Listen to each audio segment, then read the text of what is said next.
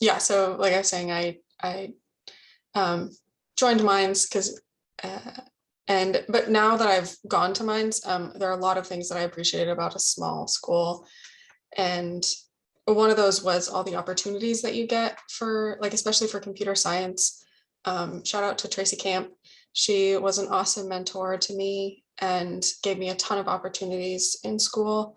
Um, she was great at getting funding for things. So she almost had to like beg me to go to Grace Hopper, which is a women in computer science conference. And I don't know, I was just like afraid to go. And at University of Washington, had I gone there, which is, a large state school, they have like 30 slots and you have to apply to get one of those slots to go to the conference.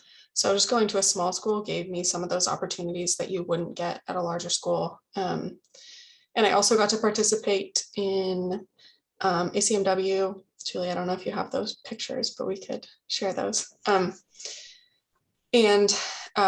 one of the jobs I had on campus was discovering technology, which was 3rd through 6th grade girls. We taught them STEM concepts. And oh, we're going the wrong way. I'll bring it up, Jennifer. Sorry. And that was a great way for me to learn about teaching and building lesson plans, and also just a great way to network with other people at Minds. And yeah, no worries about the pictures. We can always look at them later. And then as far as my like career journey, I actually graduated in 3 years. I came in with a bunch of credits. So from AP, I just kind of got lucky with the ones that I took. So my freshman year, I didn't have any internships. Junior year, my second year, I had a couple different offers. Some of them were in the oil and gas industry. And I've ended up taking one at Lockheed Martin in their air traffic control office, which was really fun. I'm now happy I didn't go the oil and gas route, because had I gone that route, it would have probably led my career in a different direction. And because I'm now at Microsoft and a more pure tech role as opposed to oil and gas. Yeah, I applied to a bunch of jobs after college, and I regret now that I wasn't as maybe proactive in letting them know whether or not I was joining their company. I actually ended up taking sorry, it was a fly, job offer in Denver, and then got a Microsoft interview after I'd accepted the job offer in Denver, and interviewed with Microsoft. Never thought I would get it, and then got the offer. My parents live in the Seattle area, and so I had to go back to the company I had said I would work for in Denver and tell them, sorry, but I'm actually not working for you, which was a very awkward phone call. But they were really nice, and I actually ended up working there over field session, and they joked about it. But yeah. Anyway, so then I ended up at Microsoft, and in my time here, I'm on the Windows team. I've worked on a couple different projects, but one of them a lot of them I can't publicly talk about. They haven't shipped, but one of them that I got to publicly present was a dual screen device called the Surface Neo. And we were working on, I helped build the operating system for Windows 10X, which was the operating system on the Surface Neo device. And I got to demo the emulator that app developers could use to test their apps on a dual screen device. So that was really cool. Most recently, I've worked on the settings app for Windows 11. So if you go on Windows 11 and you change your lock screen personalization settings, I'm the one who made it look like the rest of the settings app and like rejuvenated. So I can actually talk about something that I've shipped, which is cool. Yeah. And then now I'm working on Windows SE for EDU. So an EDU edition of Windows. And that was just actually announced on Monday. So I can talk about it. Cool. Some things about professional life after college. Making friends in Seattle was difficult. There's this thing called the Seattle freeze. I'm sure it's true in other places as well, but it's people aren't necessarily as friendly, I guess, when you join. They already sort of have their friend groups. So I found it like a bit of a struggle to make friends, especially female friends being in the tech industry. You know, like at Minds, you join a company, and I was the only female developer for a team of 50 when I joined. Now it's much better, but that was hard at the time. But anyway, I joined like happy hours at my apartment building. I joined, since Microsoft's such a large company, they have a bunch of like resource groups, and they had like a gaming club and like board games, and they had a whole bunch of those kind of clubs. So I would just join them and meet people, and really worked at it to like form a social group, but it has paid off. Now I have a great group of friends, and several of them are alumni. Like when I first moved here, I mostly reached out to a lot of Minds alums, and I'm still friends with them now. And two of my friends from Minds just got engaged recently, so that's cool. As far as life in Seattle and Washington, it's not always raining here, as you've probably heard. It does drizzle a lot, so it's enough to get your hair frizzy. But it's not usually like a downpour like in Florida. That's not the typical rain here, but it's just gray a lot. It's kind of the opposite of Colorado.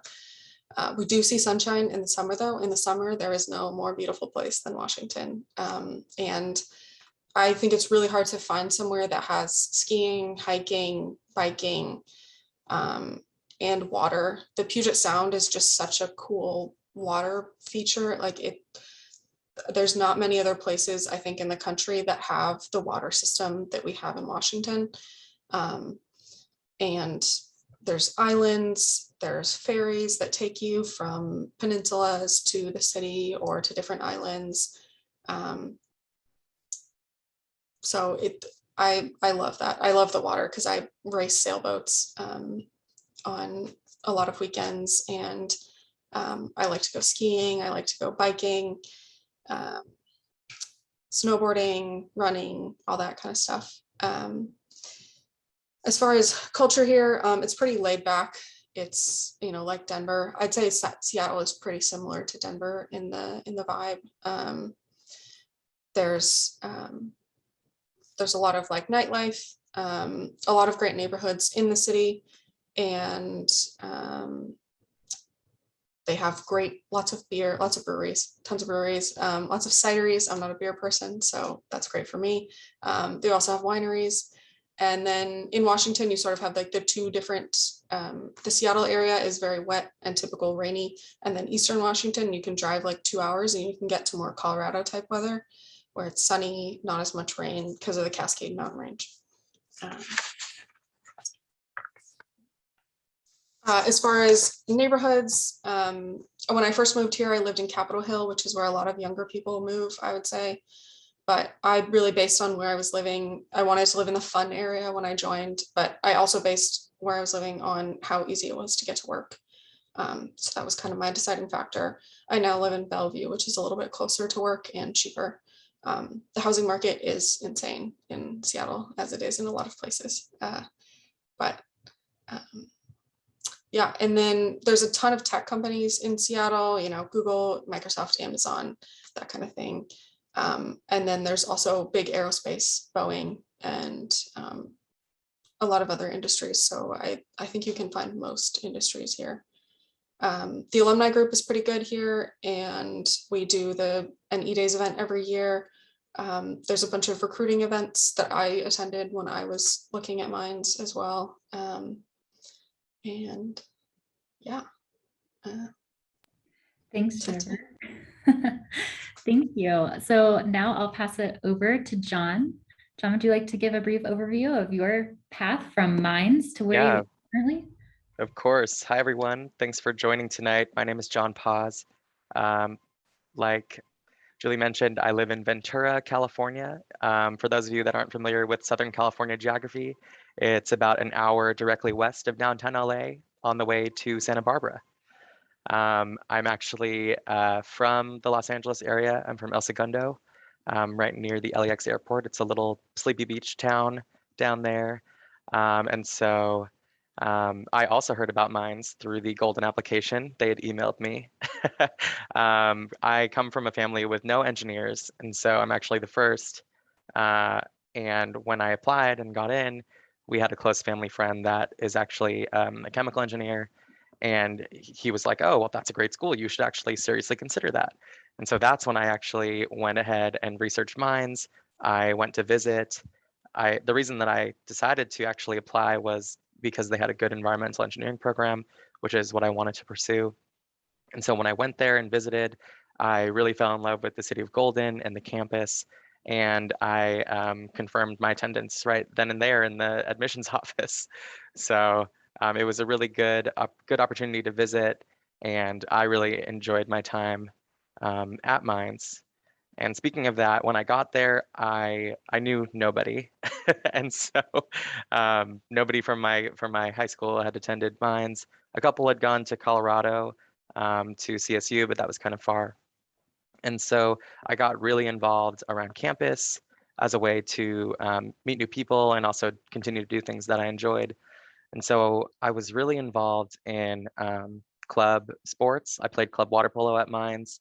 I was also really involved in student government. I helped create the Digger Drive program, which is pretty new. It's very similar to Ram Ride, which is a safe ride program that exists up at CSU. I was also involved in the peer mentor program, so teaching freshman success seminar and doing all of the Digger camp activities during orientation weekend. And I mean, the list goes on. One thing that I also was a part of that I'll talk about later was professional society involvement. And so there are a lot of professional societies on the Mines campus, like American Society of Civil Engineers, since I'm an environmental, among others. And I'll get to that in a little bit. But campus was really nice. I really loved living there, but I did definitely miss the beach. Coming from Southern California, you don't really get the beach in Colorado, but you know, you do get seasons, and I do like fall. So when I was figuring out where I wanted to intern, I tried to apply to internships back in Southern California. And what's really cool is I actually got my very first internship from the Mines Career Fair. And I know a lot of people go for actual jobs, but there are a lot of internships available as well. And I ended up working environmental compliance and permitting at a bottling facility in Southern California. The company is called Niagara Bottling. I'm sure you've seen a lot of their beverage products, their waters. I enjoyed the people there, but I realized that that wasn't the role for me. And I really wanted to get more into engineering design, and that's what internships are for. You learn what you like and you learn what you don't like. So it was a good time. The next year, I actually worked on campus over the summer in the Aquatech Water Wastewater Engineering Laboratory. It's in the GRE, the General Research Laboratory on campus. And I worked for Professor and Dr. Zahi Kath. That was an incredible experience and probably the most relevant to my current role. It involved a lot of jobs for clients, analyzing their wastewater and trying to figure out how to best treat it. The most notorious one that I worked on was for Procter & Gamble, and it was actually treating water from one of their Tide product facilities. So it was the cleanest wastewater I've ever worked with. It looked and smelled like Tide laundry detergent.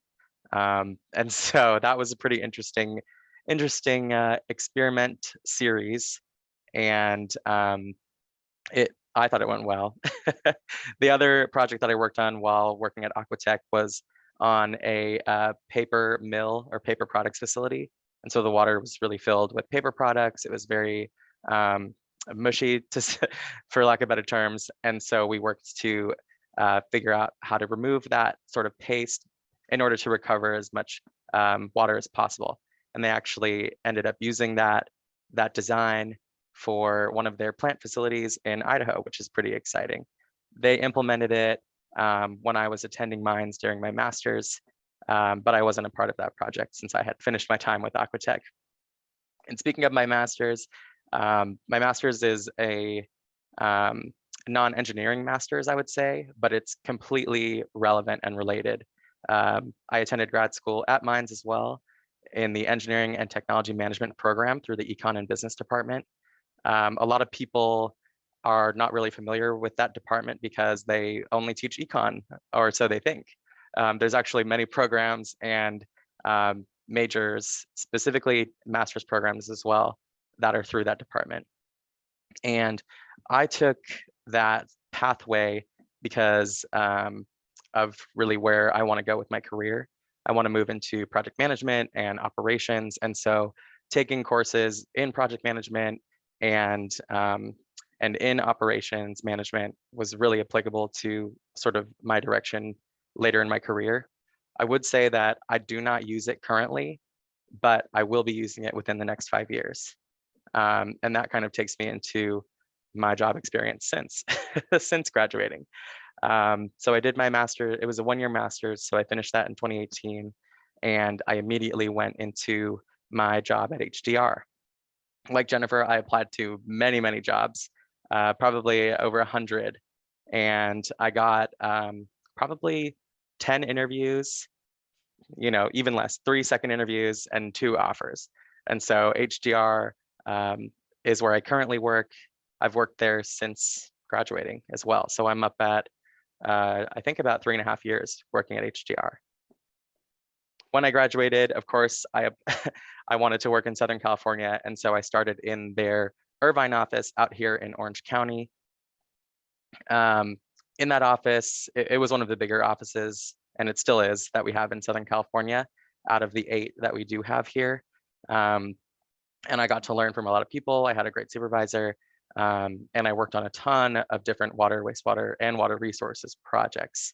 An opportunity came up about 1.5 years ago to move to Ventura to support 2 huge projects for the city of Ventura, working to deliver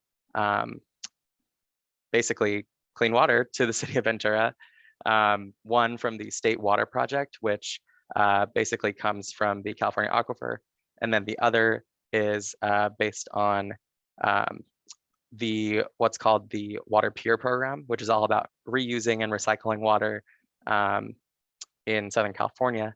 And so they're basically building a new advanced water treatment facility to recycle their water, new groundwater injection wells to take that recycled water and inject it back into the water supply for when we need it. That way we have something resilient and something local to be used when it's required.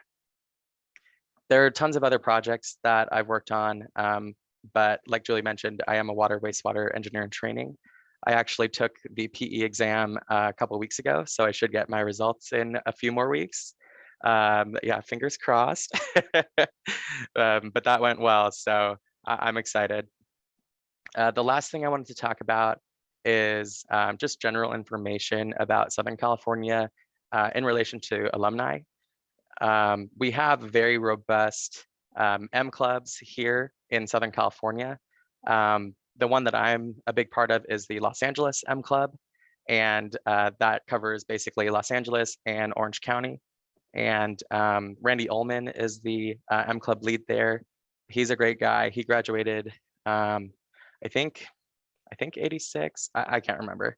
I won't postulate on how old he is, but him and his wife always host the M Club, the M Club send-off, which is in August here in Orange County.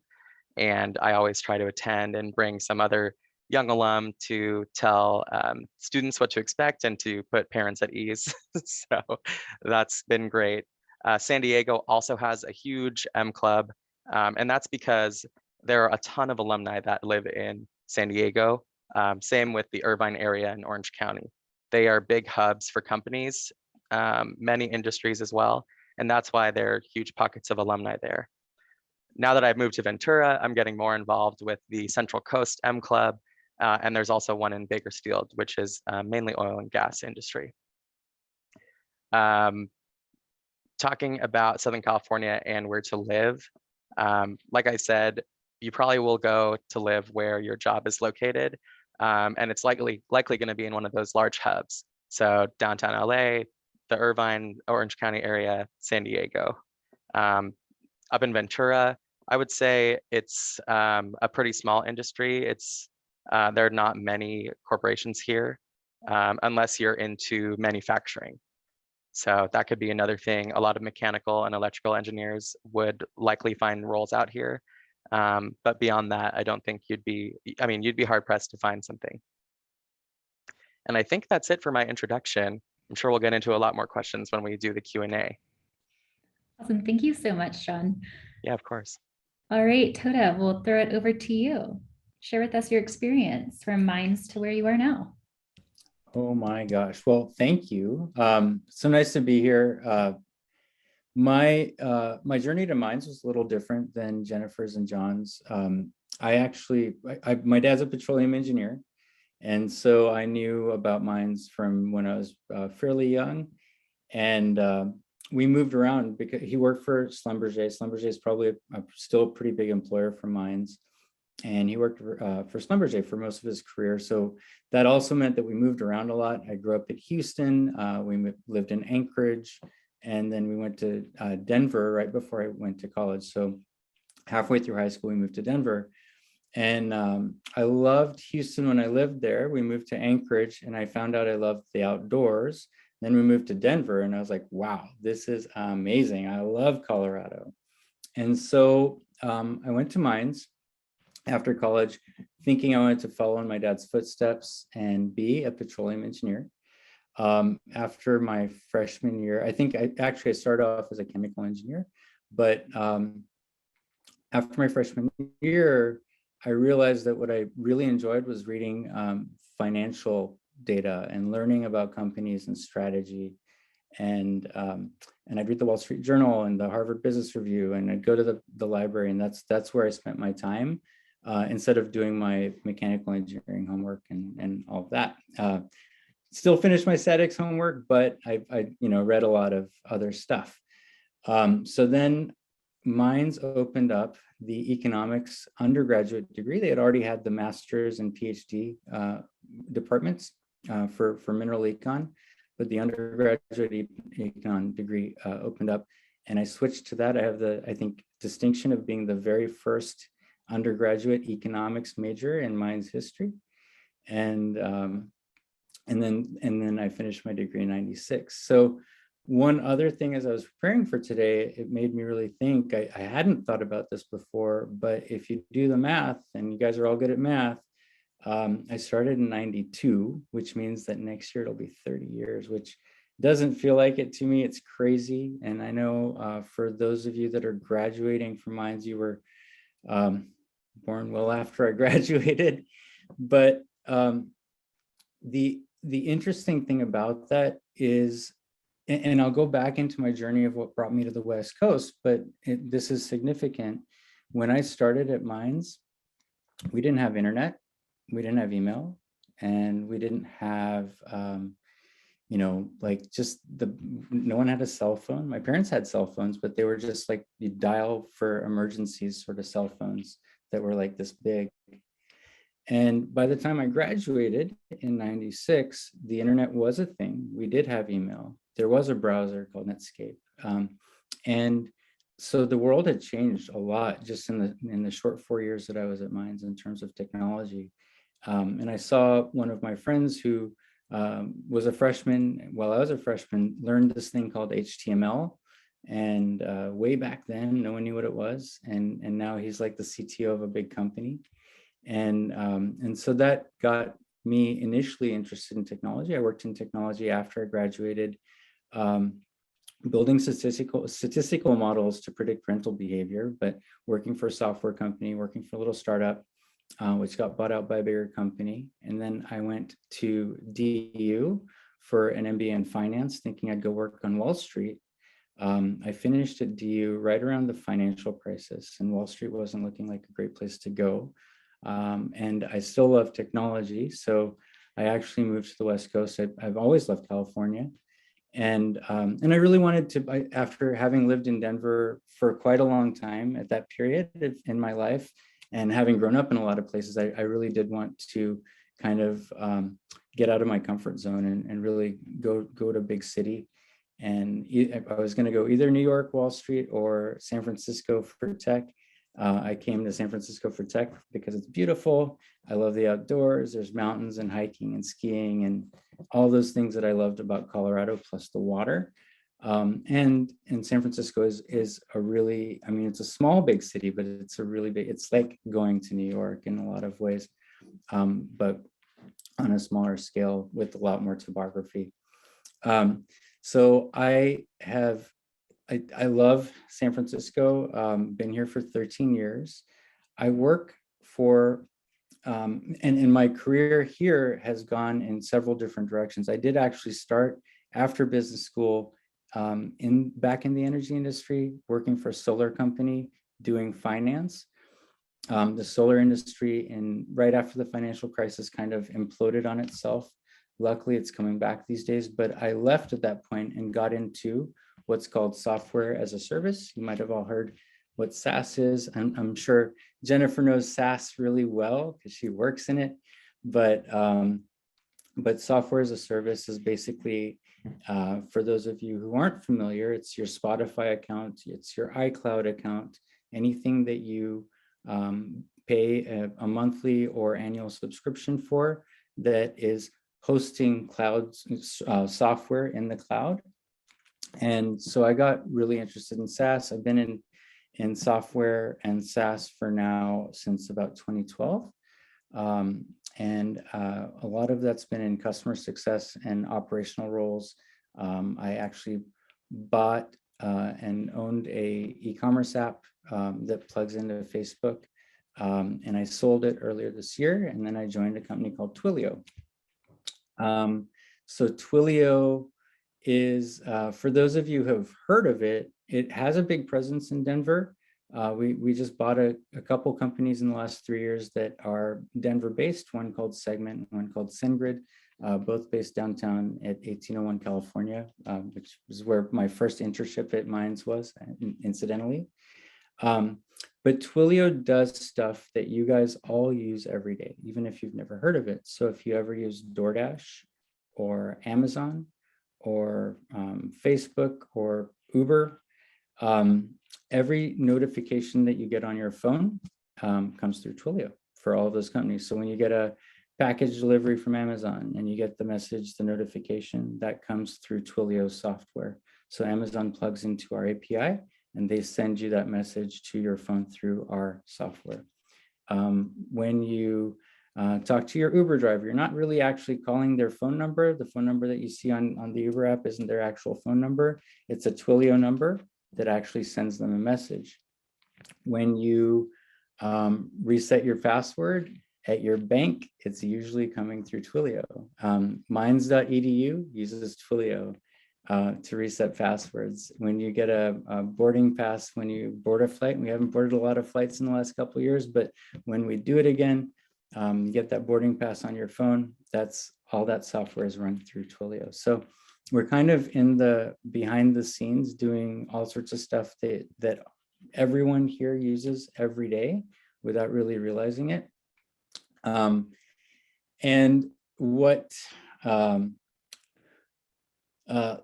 brought me to San Francisco is really that this is the hub of innovation, not only in the US, but in the world. I mean, obviously Amazon and Microsoft, two massive, huge tech companies that are based in Seattle.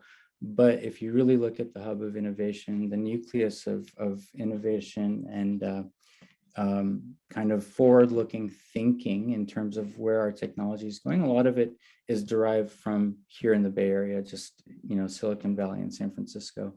The area has changed a lot in the last 13 years while I've been here. And of course, with COVID, technology is very easy to disperse right over Zoom.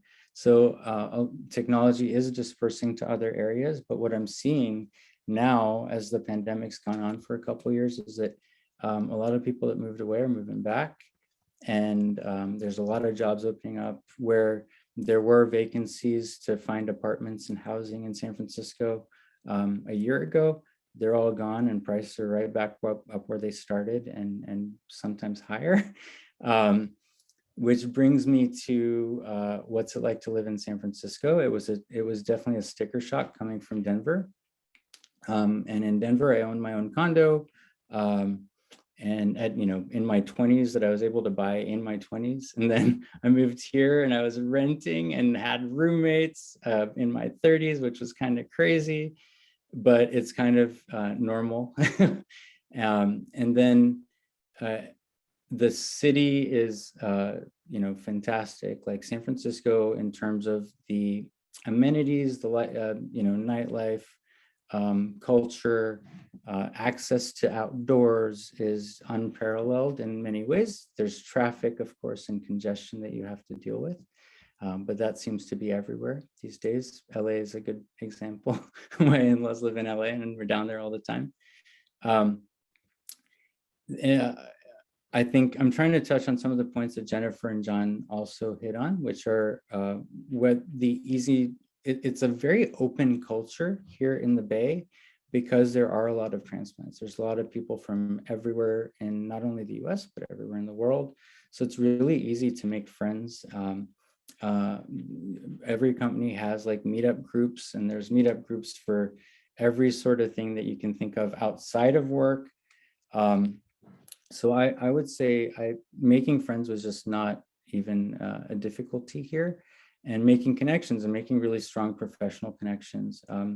One thing about work culture, having worked in Denver for a number of years after college and going to DU, and even after DU, I did work in the Denver area. There's a different level of professional intensity, I would say, in the Bay Area. It's not like in Denver. I had colleagues and friends and even bosses who'd be like, hey, sorry, I'm not showing up today. Good ski day on a Thursday midweek. That just doesn't necessarily happen here. And that's not to say that people don't like to have fun. People definitely like to have fun. We do work hard and play hard. In general, people are very, very driven. If I have one regret, in fact, it's that I didn't move to San Francisco earlier in my career. I wish I had done so. I worked in Denver for almost, several years after college, and I loved it. I wouldn't give that time back. Not really a regret, but I do think that professionally, the growth that I've experienced here has been unparalleled compared to what I've seen in other places. What else? So what does a customer success manager do? I work with I'm on the enterprise team, which means that I manage really large accounts. So we have big tech companies that I mentioned before that use our software. And every company that I work with spends at least $1 million or so a year with Twilio or more. Sometimes some of them are in the tens of millions of Twilio software that they buy a year. And my job is it's a highly complex world of cloud software, APIs that connect into it, and all sorts of craziness. And so my job is to help our customers navigate that and to be able to use their software in the best way possible. I think I'm almost at time. I'm wondering if I left anything out. I haven't been as involved with the alumni groups here in the last couple of years, but I do plan to get more involved.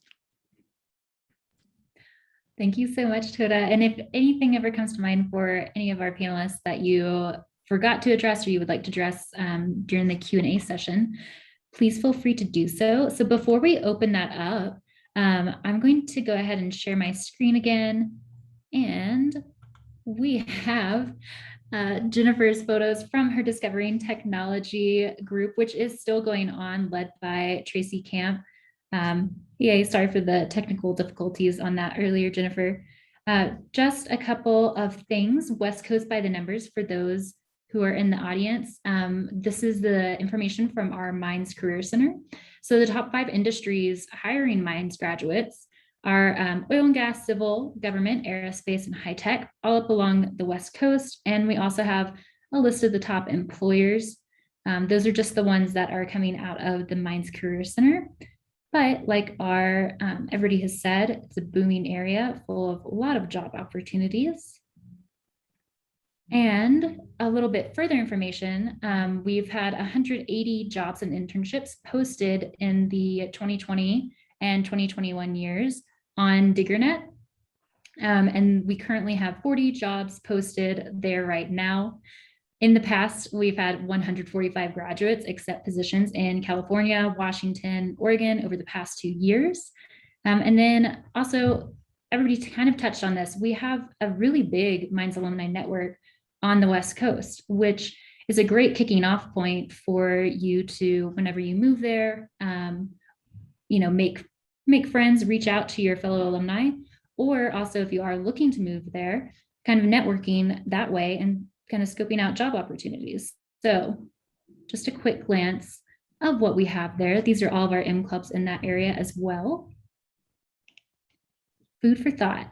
All right, so we'll go ahead and open up the question and answer session. If you do have a question, feel free to place it into the chat. You can also raise your hand and we'll call on you.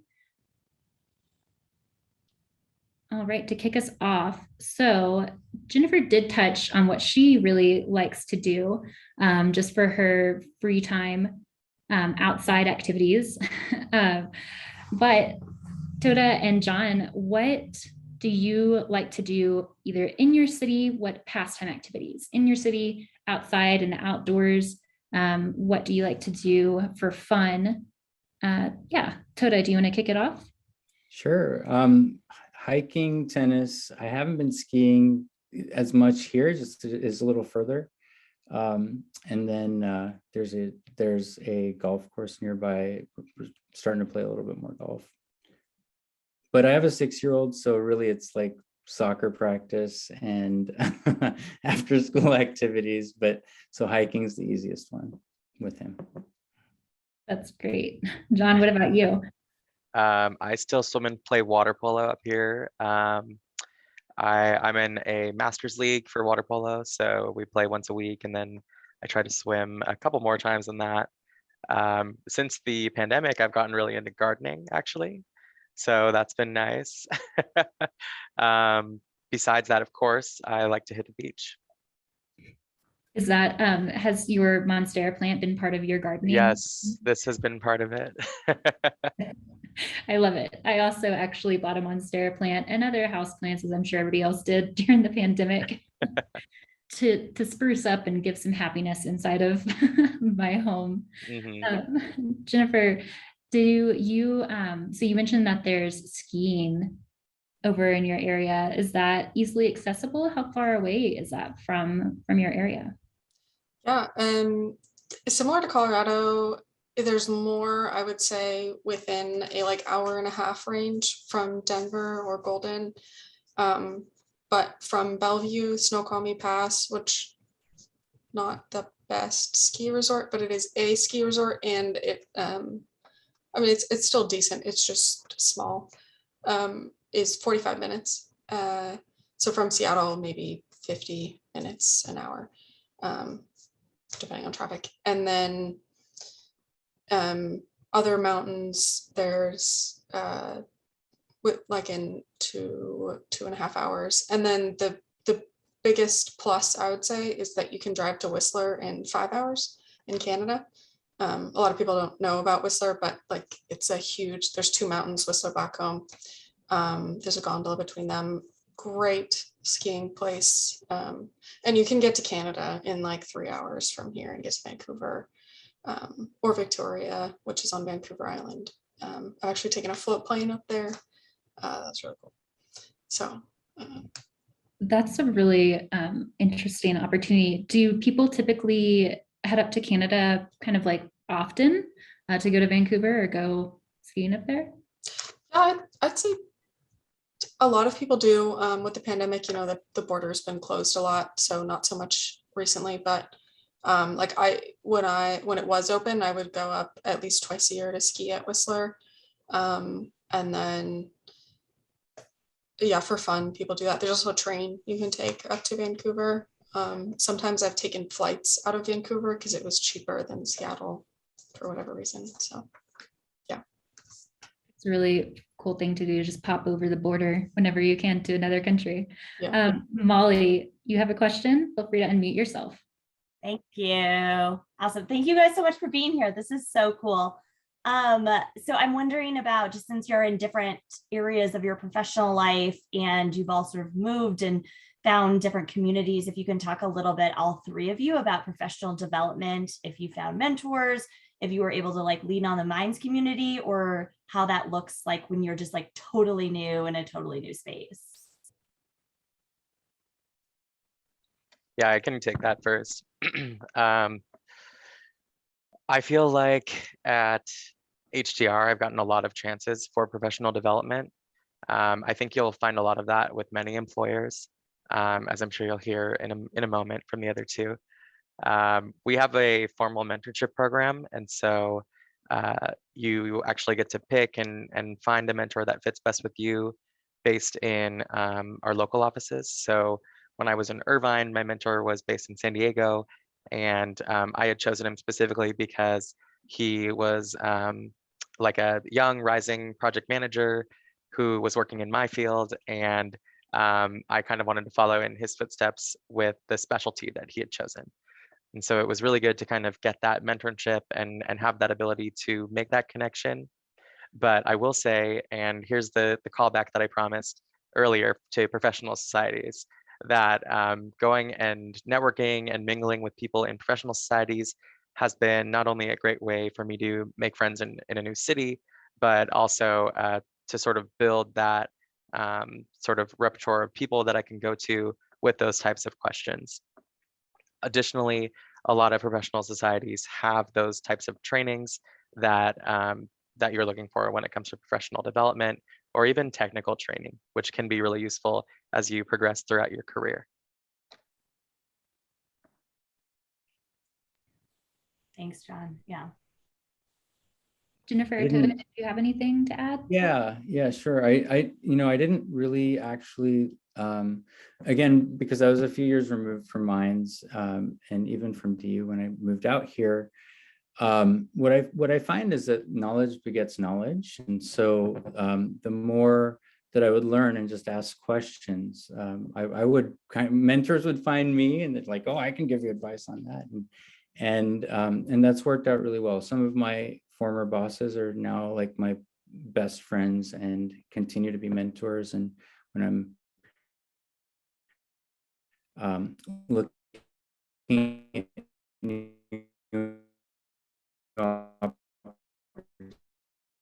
opportunities, they really help me strengthen relationships along the way, and however you build them.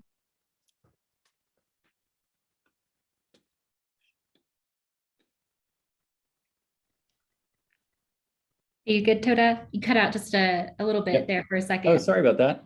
No, you're totally fine. A Comcast outage again. Oh my gosh. We have a couple of internet outages plaguing some of our people in the area. Sorry about that.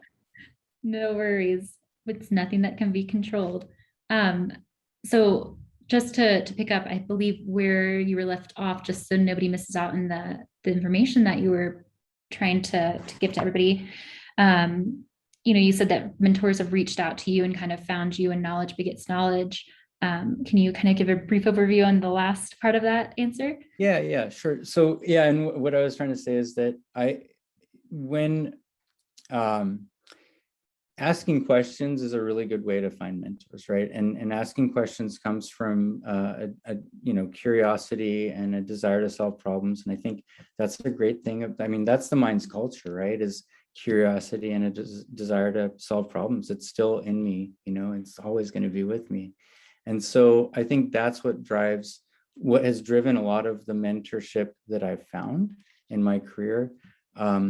And whether it's come from people from Minds, I still, my peer group at Minds, the people that I went to discover CSM with 30 years ago almost, are still some of my best friends. We live all over the country. One's a doctor, one couple work in tech, couple work in oil and gas, but we're all still like, on a WhatsApp group with each other and planning golfing trip next year. So those are also really good mentorships to have, because we all bring different experiences to things, to different issues that we're facing up against. So. Yeah, as far as my professional development journey, I found a lot of mentors along the way. I don't have like one mentor that I've had the entire time, but I've had different ones at different stages. And Microsoft does a pretty good job of mentorship opportunities. They have like larger mentorship groups, but I've also started some mentorship groups. We started a women's group in our org, and so we've led like mentoring circles. And one of the things that I did, one of my friends from Mines asked me if I wanted to go to the SWE conference, and I said, sure, or I said, I don't know, I'm gonna have to ask my boss, and like I have to register by tomorrow, so it's probably not gonna work. And I did register, and ended up going, met someone who I coincidentally was going on a trip with, who also went to Mines, who happened to work at the same company as her. Anyway, it was great. I had a great time at the conference, and that conference led to me giving a talk at Microsoft on how to write like a good talent discussion, like a review of yourself and how you're doing. And that got me a ton of positive feedback. So I think going to professional conferences can be really helpful, and sometimes has unintended like good consequences. Yeah, and then I think I've just learned that anytime I'm uncomfortable in my role is really when I'm growing. So learn to be comfortable when you're uncomfortable. That's really good advice. I like that. Oh, okay, we have a question that came in that says, what is one thing you wish you knew before moving to the West Coast? Could either you want to take this one since you're unmuted? One thing I wish I knew before was, I think, you know, I wish I'd really had a very clear plan about how I wanted to get into technology. It's kind of happened circuitously, just by seeking out, you know, trying to get questions answered, and then seeking out mentorship and mentoring people, and then all of a sudden opportunity shows up. And I wish I'd had more of a plan about how to get to where I am now. I mean, the other thing, like for San Francisco, really, like we talk about housing costs a lot. Housing costs are really a big deal. But once you buy a house, it's okay, because then you just watch the value go up. And once you get to that landmark of buying a house, for San Francisco, because we did also have somebody ask a question about housing, you know, as a new potential undergrad, if you're moving out there, and for all of you, would you recommend starting out with looking at, you know, the situation with roommates, or do companies kind of help you with that at all? Companies help you by paying you a little bit more, but the differential generally isn't commensurate to the actual cost of living, but you do get paid more.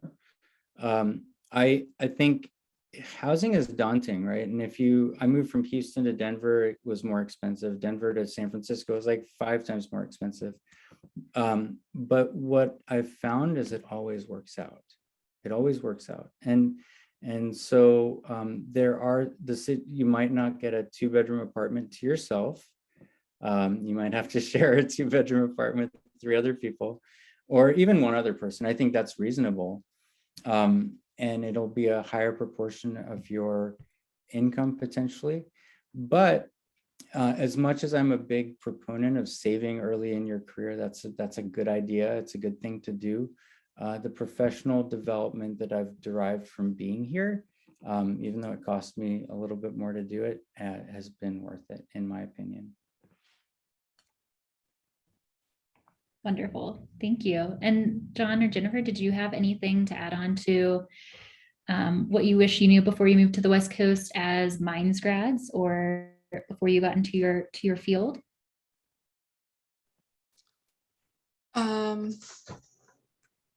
I don't have a great answer for the West Coast part. Since I'm from the West Coast, like I kind of knew what I was getting into, but I think I underestimated. I'd say I'm a generally social person, but it was hard to find friends after college. Since I'm from the area, but I don't have many that actually live in the city I'm in.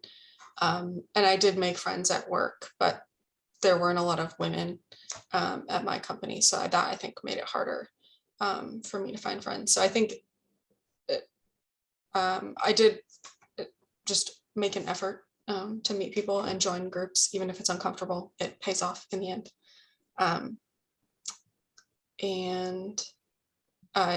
The other thing that I forgot to mention in my last response for professional development, I would say reach out to Minds contacts. Like one of my other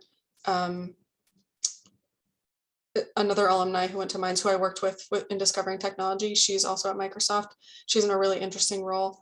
And she told me about the team that she's working on, and I was really interested, and I applied for a role in her org. So just if you're in a large company or are looking for a change, like reach out to your Minds, fellow Minds alums, and they might have some great opportunities for you. So. Yeah, I would echo that. I agree. I would add that I wish I mean, we always hear that, you know, the Minds reputation is pretty golden, and people understand that when you're a Minds grad, you know your stuff. And I wish I would have known the weight that carries in the industry, like actually understand the weight that carries, because I think I might have thrown that weight around a little more if I knew that before starting working, you know? So all that's to say, I think you should be confident with yourself as a Minds graduate, and carry that with you as you enter your first job and through your career, of course. Great. That's really good advice, everybody. Thank you. And for those who are currently job searching, or those who are wishing to move to the West Coast and looking for opportunities over in that area, we do, on top of networking with those people that you know on LinkedIn and just through your own networks, we do offer resume forwarding through the Minds Alumni Association.